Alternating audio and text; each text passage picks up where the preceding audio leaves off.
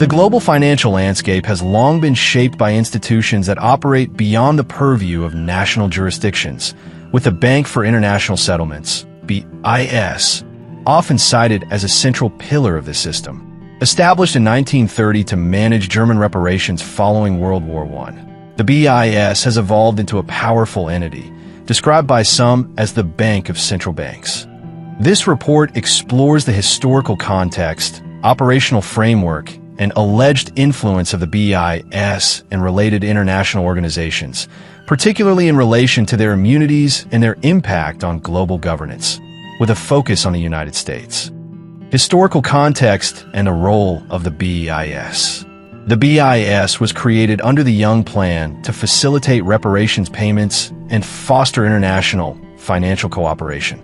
Headquartered in Basel, Switzerland, it operates as a unique institution, serving 63 member central banks, including the U.S. Federal Reserve System. Its original mandate expanded significantly during and after World War II, a period marked by allegations of complicity in handling looted assets from Nazi-occupied territories. Historical records indicate that the BIS, under American leadership, such as Thomas McKittrick, engaged with German financial authorities, raising questions about its neutrality during the conflict. Post-World War II, the 1944 Bretton Woods Conference established the International Monetary Fund, IMF, and the International Bank for Reconstruction and Development, World Bank, institutions that, alongside the BIS, reshaped global financial architecture. These entities, proponents argue, were designed to stabilize economies and promote development. However, critics contend that they have served as mechanisms for channeling vast sums of wealth, particularly from U.S. taxpayers, into opaque international systems with limited accountability. Immunities and privileges of international organizations. A critical aspect of the BIS and similar institutions is their legal status. The 1945 International Organizations Immunities Act in the United States granted extensive privileges to 76 public international organizations, including the BIS, World Bank, IMF, United Nations, and others such as the Global Fund and Gavi. These privileges include immunity from lawsuits, exemption from property and income taxes, inviolability of archives, and freedom from customs inspections for employees and their families. Notably, these immunities extend to operations on U.S. soil, raising concerns about sovereignty and oversight. The BIS, in particular, enjoys sovereign immunity under its 1930 Charter and subsequent agreements, such as the 1936 Hague Convention. This status shields its operations, assets, and personnel from legal scrutiny, rendering audits or investigations nearly impossible.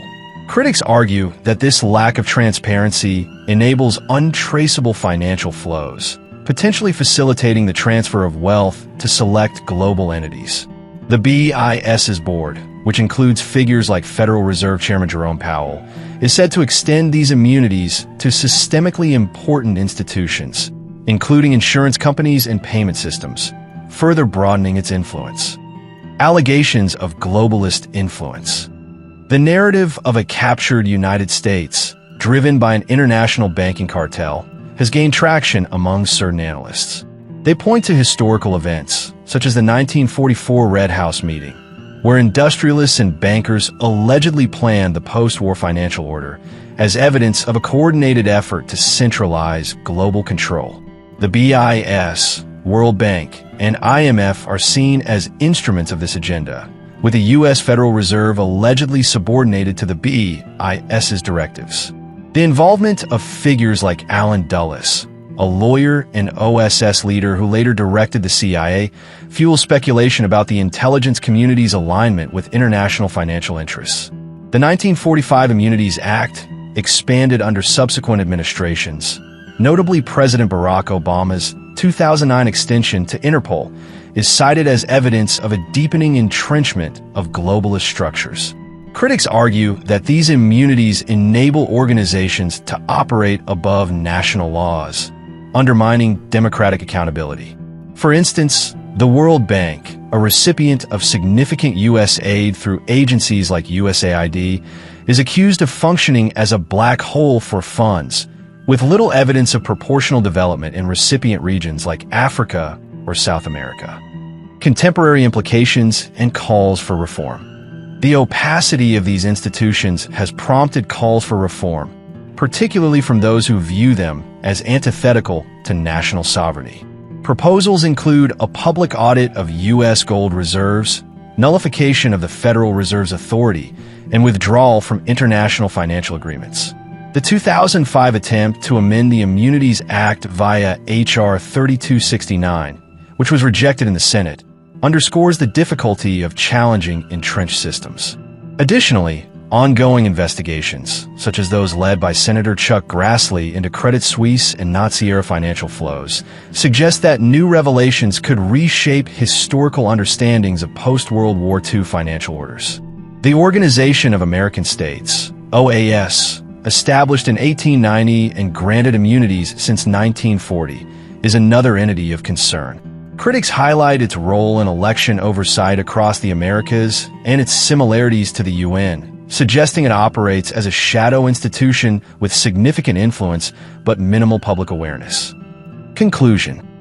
The BS and related international organizations occupy a unique position in global finance, wielding significant influence through their immunities and lack of accountability. While proponents view them as essential for international cooperation, critics argue they facilitate the concentration of wealth and power, potentially at the expense of national sovereignty, particularly in the United States.